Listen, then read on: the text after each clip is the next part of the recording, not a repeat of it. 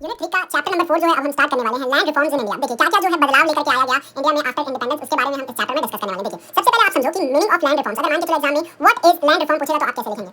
Land reforms are institutional changes in the ownership, tenancy and the management of a land with the aim to improve productivity, promote social justice and remove inequality in the land ownership. अब मैं आपको समझाता हूं इसका मतलब क्या होता है। देखिए इंस्टीट्यूशनल चेंजेस का मतलब हमारे गवर्नमेंट ने जो है कुछ स्टेप्स उठाया ताकि ये जो है लैंड रिफॉर्म्स में बदलाव लाया जा सके। क्योंकि आपको भी मालूम होगा जो जमींदारी सिस्टम थी वो बहुत बेकारी थी, क्योंकि वहां पे क्या रहता था, लोग जितने भी लोग जो है फार्मिंग करते थे उनसे जो है टेंट का पैसा यानी कि रेंट का पैसा जो है टेनेंट से वसूला जाता था और ओनरशिप जो है सिर्फ और सिर्फ जमींदारों लोग के पास थी। हां, तो ये सारी चीजों को हटाया गया। ये सारी चीजों को जो है हमारे इंडियन गवर्नमेंट ने हटाया ताकि जो है प्रोडक्टिविटी बढ़ सके, जो फार्मर्स थे उन लोगों को हक मिल सके और उन लोग जो है अच्छे से फार्मिंग करके जो है प्रोडक्टिविटी क्या कर सके, बढ़ा सके।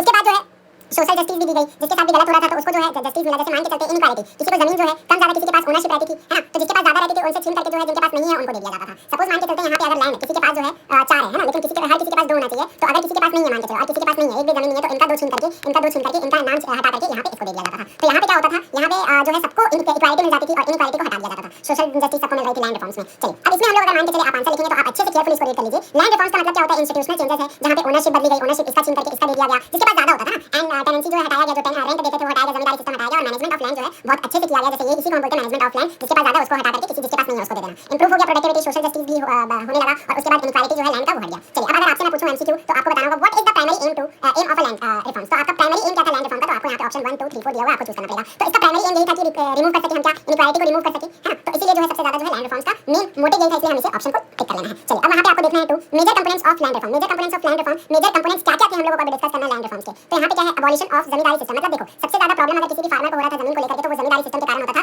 जहां पे बेचारे लोगों को रेंट ज्यादा देना पड़ता था। जो भी फार्मिंग कर रहे हैं अगर नहीं भी होता था भाई, फसल नहीं होता तो भी देना पड़ता था, तो इसे हटाया गया। Remove intermediaries. इंटरमीडिएटरीज का मतलब क्या होता है? बिचौलिए लोगों को हटा दिया गया। मतलब ये जो जमींदार थे उन लोगों को हटा दिया गया between government and the farmers, है ना। गवर्नमेंट और फार्मर्स के बीच में से जो है बिचौलियों को हटा देंगे, तो ये जो है ये लैंड रिफॉर्म के थ्रू किया गया। चलिए उसी में जो है हम लोग अब देखते हैं land went directly to the actual tillers. और लैंड उनको मिल गया, किनको मिल गया? जिनको एक्चुअल टिलर का मतलब होता है जो असल में वो फार्मर काम कर रहे हैं जिस जमीन में उन्हें दे दिया गया। टिलर्स का मतलब जो फार्मर्स की बात कर रहा है, ठीक है, जो से खेती किसानी उसमें करते हैं, हार्वेस्टिंग खुदाई जुताई सब उसमें कर रहे हैं, तो उसी उन्हीं को दे दिया गया। चलिए अब हम लोग आते हैं टेनेंसी रिफॉर्म। टेनेंसी का मतलब क्या होता है? रेगुलेशन ऑफ जो रेंट था, रेंट दिया जाता था जमींदार लोगों को, वो भी हटा दिया गया। सिक्योरिटी ऑफ टेन्योर का मतलब है उन लोगों को जो है यहाँ पे कोई प्रॉब्लम नहीं था टाइम से रिलेटेड, ये लोग जितना भी फार्मिंग है वो सब कर सकते हैं। Ownership right to the tenants, और उनको जो है ओनरशिप राइट भी दे दिया गया था। तो ये जो है टेनेंसी रिफॉर्म है, मतलब सारी चीजें उन लोगों को मिल गई, उनके हक पे सारी चीजें चली गई, है ना। कोई रेंट नहीं देना पड़ता था। उसके बाद सिक्योरिटी टेन्योर का मतलब वो जमीन पे उनका हक है पूरा। उसके बाद हम लोग आ जाते हैं land ceiling. Land ceiling and land holding. अब इसको ध्यान से समझना क्योंकि इससे क्वेश्चन पूछा जाता है तो आपको प्रॉब्लम नहीं आना चाहिए। लिमिट ऑन द, लिमिट बनाया गया जिसके पास भी मैक्सिमम लैंड है and a family can own. मतलब एक लिमिट बना दिया गया था, इससे ज्यादा किसी के पास भी जो है क्या नहीं रहेगा, इससे ज्यादा किसी के पास भी जमीन नहीं रहेगा, या उनके फैमिली के पास भी टोटल जो है इससे ज्यादा जमीन नहीं होगा। अगर किसी के पास होगा, अगर किसी के पास होगा तो उसे जो है उसका एक्स्ट्रा जमीन जो है लेकर के गवर्नमेंट जो है रीडिस्ट्रीब्यूट करेगा लैंडलेस लोगों को। लैंडलेस का मतलब हो जाता है जिनके पास जमीन नहीं है उनको रीडिस्ट्रीब्यूट कर देगा जिनके पास एक्स्ट्रा लैंड है ना।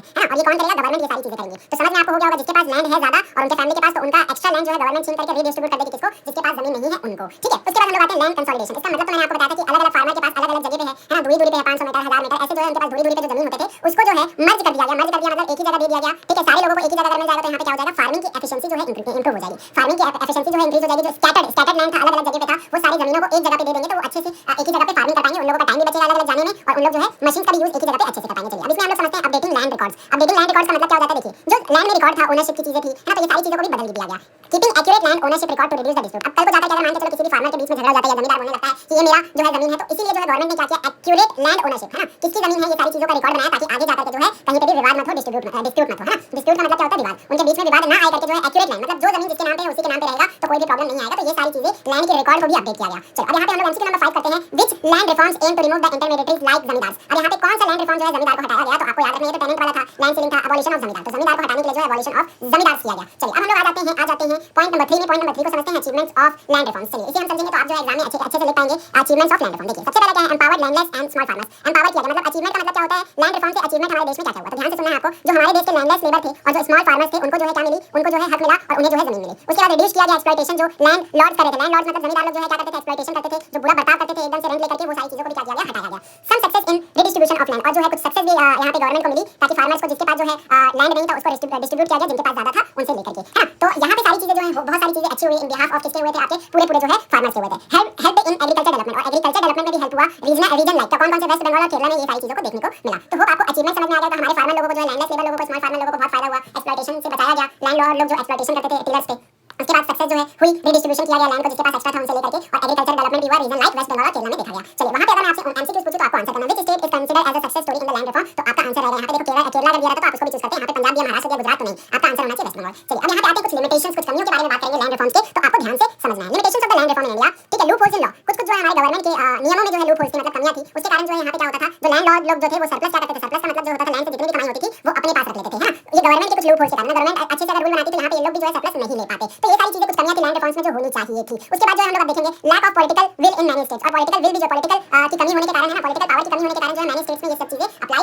नहीं हो पाई। पुअर इंप्लीमेंटेशन और एंड करप्शन, यहाँ पे जो है इसका इंप्लीमेंटेशन हर स्टेट में नहीं हो पाया करप्शन के कारण। तो यहाँ पे जो जमींदार से पैसे ले लिए जाते थे और ये सारी चीजें नहीं हो पाती थी पॉसिबल, है ना। तो ये सारी चीजें हमारे कंट्री में नहीं होना था। Outdated land records made many reforms ineffective, और जो आउटडेटेड हमारा लैंड रिकॉर्ड था, जमीन की जो ओनरशिप जो चीज लिखी हुई थी, है ना, तो वो सारी चीजें आउटडेटेड थी जिसके कारण से इफेक्टिव रिफॉर्म्स नहीं हो पाए। तो ये कुछ कमियां थी हमारे गवर्नमेंट के द्वारा। अगर ये कमियां भी अगर अच्छे से पूरी हो जाती तो ये सारा चीज अच्छे से लैंड रिफॉर्म हो जाता और हमारे कंट्री के जो फार्मर्स थे बेचारे भाई फार्मर्स को जो है उनकी जमीन मिल जाती। बहुत सारे लोगों को नहीं मिल पाया, कुछ स्टेट्स में जो है इंप्लीमेंट हो पाया था। What is the major limitations of land reforms in India, क्या क्या मेजर लैंड रिफॉर्म्स है हमारे इंडिया में, है ना, वो लिमिटेशंस आपको बताने चाहिए। बताइए यहाँ पे आपको जो है सबसे ज्यादा, अगर आप देखेंगे इफेक्टिव लॉ तो था ही नहीं, outdated record up to dated records नहीं थे, है ना। और उसके बाद जो है आपको यहाँ पे आंसर चूज करना सबसे बड़ा जो है लूप होल जो था लॉ पे था। तो loopholes and weak implementation, तो ये आपका आंसर हो जाएगा। चलिए अब हम लोग नेक्स्ट चैप्टर में चलते हैं जो कि आपका one of the important chapter है, new agriculture strategies and green revolution in India.